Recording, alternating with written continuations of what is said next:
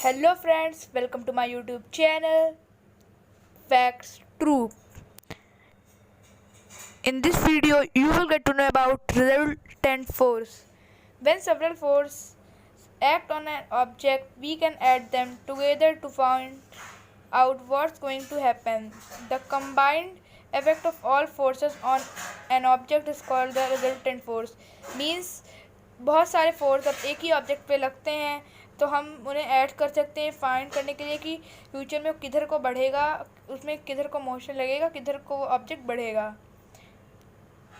तो जब सारे इफ़ेक्ट्स को प्लस माइनस वहाँ पर जो सुटेबल हो वो सब करके जो एक फ़ाइनल वैल्यू निकाली जाती है कि उसमें कितने न्यूटन का फोर्स लगा या फोर्स न्यूटन से डिस्क्राइब होता है, तो उसे रिजल्टेंट फोर्स कहते हैं।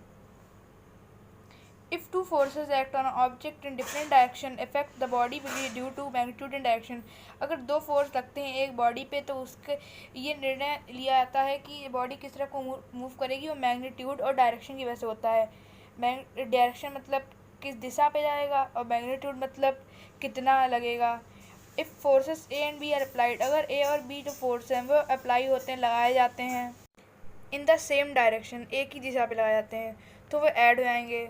जैसे ए 10 न्यूटन है नॉर्थ साउथ में और बी 20 न्यूटन है नॉर्थ साइड में, तो दोनों एक ही दिशा को लग रहे हैं तो दोनों ऐड हो जाएंगे, तो 30 न्यूटन का फोर्स लगेगा नॉर्थ साइड में।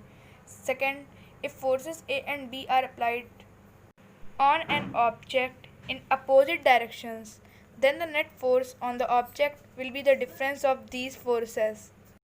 इसका मतलब कि अगर ए और बी दोनों ही फोर्स लगाए जाते हैं अपोजिट डायरेक्शन में तब वो सब्ट्रैक्ट हो जाएंगे, मीन्स उसका डिफरेंस निकलेगा। जैसे अगर ए में फोर्स लग रहा है नॉर्थ साइड को 30 न्यूटन का और बी में लग रहा है 20 न्यूटन का साउथ साइड में, तो इसमें फोर्स डिफरेंट डायरेक्शन में लग रहा है तो वो माइनस हो जाएंगे।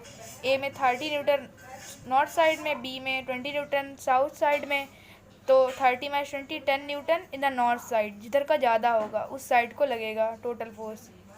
नाउ चलो एक क्वेश्चन का ले लेते हैं एग्जांपल के तौर पर। If I push a car with a force of 500 Newton and somebody else pushes the other way with the force of 400 Newton, what is the resultant force on the car? इसका मतलब है कि अगर मैं एक कार को push करता हूँ 500 न्यूटन और समबडी एल्स कोई और अदर वे किसी और दिशा में उसे पुश करता है 400 न्यूटन से, तो उसका रिजल्टेंट फोर्स क्या होगा? वहीं पर फॉर्मूला अप्लाई होगा जो अभी दो कंडीशंस हम लोग ने बताई थी। आइए आंसर देखते हैं। 500 न्यूटन एक साइड पे और 400 न्यूटन डिफरेंट साइड पे, तो 500 - 400 इक्वल टू 100 न्यूटन, तो 100 न्यूटन इसका रिजल्टेंट फोर्स होगा। क्योंकि डिफरेंट डायरेक्शन लग रहा था तो हम लोग ने इसको माइनस कर दिया। Thanks for watching. Don't forget to like, share, comment and subscribe.